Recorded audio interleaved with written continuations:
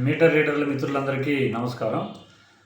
మొన్న మన ఉద్యమం సందర్భంగా సిఎస్ గారు ముగ్గురు సీఎండీలతోటి మాట్లాడి ఈ సమస్యకు పరిష్కారం చూపిస్తామని ఇచ్చిన హామీ మేరకు ఈరోజు సిపిడిసిఎల్ సీఎండీ గారితో మన మీటర్ రీడర్ల నాయకత్వం చర్చలకు వెళ్ళటం జరిగింది. చాలాసేపు ఈ విషయాలు మాట్లాడాము. ప్రధానంగా మేనేజ్మెంట్ వారు అడిగినది ఏమిటంటే, మీ దగ్గర ఉన్నటువంటి డేటా ఏముందో ఒకసారి ఇవ్వండి అని చెప్పి ఉన్నారు. సరే, మన దగ్గర ఉన్నటువంటి ప్రాథమిక డేటాని పూర్తి స్థాయి డేటా లేదు. అక్కడ ఉన్నంత మేరకు మన నాయకత్వం మేనేజ్మెంట్కు ఇవ్వటం జరిగింది. దీంట్లో ఐటీ నాన్ ఐటీ నిర్దిష్టంగా అంటే మన దగ్గర వాస్తవంగా నిర్దిష్టమైనటువంటి సమాచారం లేదు. ఆ విషయాలు మీ అందరికీ కూడా తెలుసు. జిల్లాలని పదే అడుగుతున్నా కూడా రానటువంటి పరిస్థితి. అయినప్పటికీ మేమిచ్చిన డేటా కాదు, మీరు మేనేజ్మెంట్ కానీ మీరు కింది స్థాయి వరకు కూడా ఒక నోటీసు సర్క్యులర్ పంపించి అధికారికంగా ఒక డేటా తెప్పించుకోండి. దీనికి ఈఎస్ఐ ఈపీఎఫ్ ప్రామాణికంగా తీసుకొని మీరు డేటా తీసుకోండి అని చెప్పుకున్నాం. దానికి అంగీకరించారు.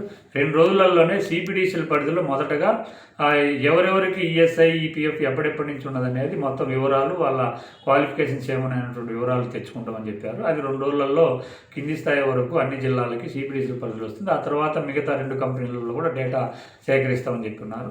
అది సీఎండీ గారు చెప్పింది ఏమంటే, సిఎస్ గారితో ఈరోజు మాట్లాడడం కుదరలేదు. రేపు కానీ ఎల్లుండి కానీ టైం తీసుకొని ఈరోజు చర్చల్లో మనం చెప్పాము ఏ రకంగా వీళ్ళని అకామిడేట్ చేయొచ్చు, మీటర్ రీడర్లకి రీడింగ్ తర్వాత మిగతా పనులు ఏ రకంగా చేయొచ్చు అని మనం కొంత ఇప్పటివరకు రిప్రజెంటేషన్స్ చాలాసార్లు మాట్లాడుకున్నటువంటి విషయాలే అవన్నీ కూడా చెప్పడం జరిగింది.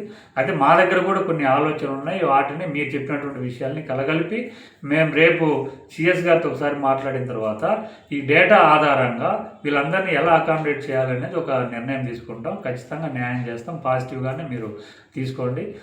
ఎవరిని కూడా మేము ఈ స్మార్ట్ మీటర్లు వస్తే బయటికి పంపించేటువంటి పని చేయం. ఖచ్చితంగా సంస్థలోనే ఏదో రకంగా మిమ్మల్ని అకామిడేట్ చేయడం కోసం ప్రయత్నం చేస్తాం. అది ఇతర అంశాలు కూడా చర్చకు వచ్చినాయి, రాజకీయ ఒత్తిడి ఇవన్నీ కూడా. ఏదేమైనప్పటికీ ఈపీఎఫ్ ఈఎస్ఐ ఆధారంగా డేటా తెప్పించుకొని చాలామంది ఇతర పనులు చేసుకుంటూ కూడా రీడింగ్ తీస్తున్నారు. అటువంటి వాళ్ళందరూ కూడా పక్కకి వెళ్ళిపోతారు. కొంతమంది బోగస్ లాగిన్లతోటి లేకపోతే బినామీల పేర్లతోటి కొన్ని మంది కాంట్రాక్టర్లు పెట్టినటువంటి వాళ్ళు ఉన్నాయి. ఇవన్నీ చూసినప్పుడు ఎక్కువ మంది కనిపిస్తారు.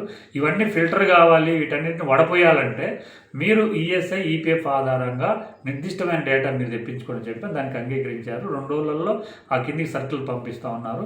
ఆ డేటా వచ్చిన తర్వాత మళ్ళీ మనం కూడా ఆ వచ్చిన డేటాని క్రాస్ చెక్ చేసుకొని ఎక్కడెక్కడైనా తప్పుడు డేటా వచ్చింది లేదు చూసుకొని మళ్ళీ మేనేజ్మెంట్ కూడా చెప్పాలి. ఈ 2 రోజులలో సిఎస్ గారితో మాట్లాడిన తర్వాత ఒక కంక్లూజన్కి రావడానికి అవకాశం ఉంది.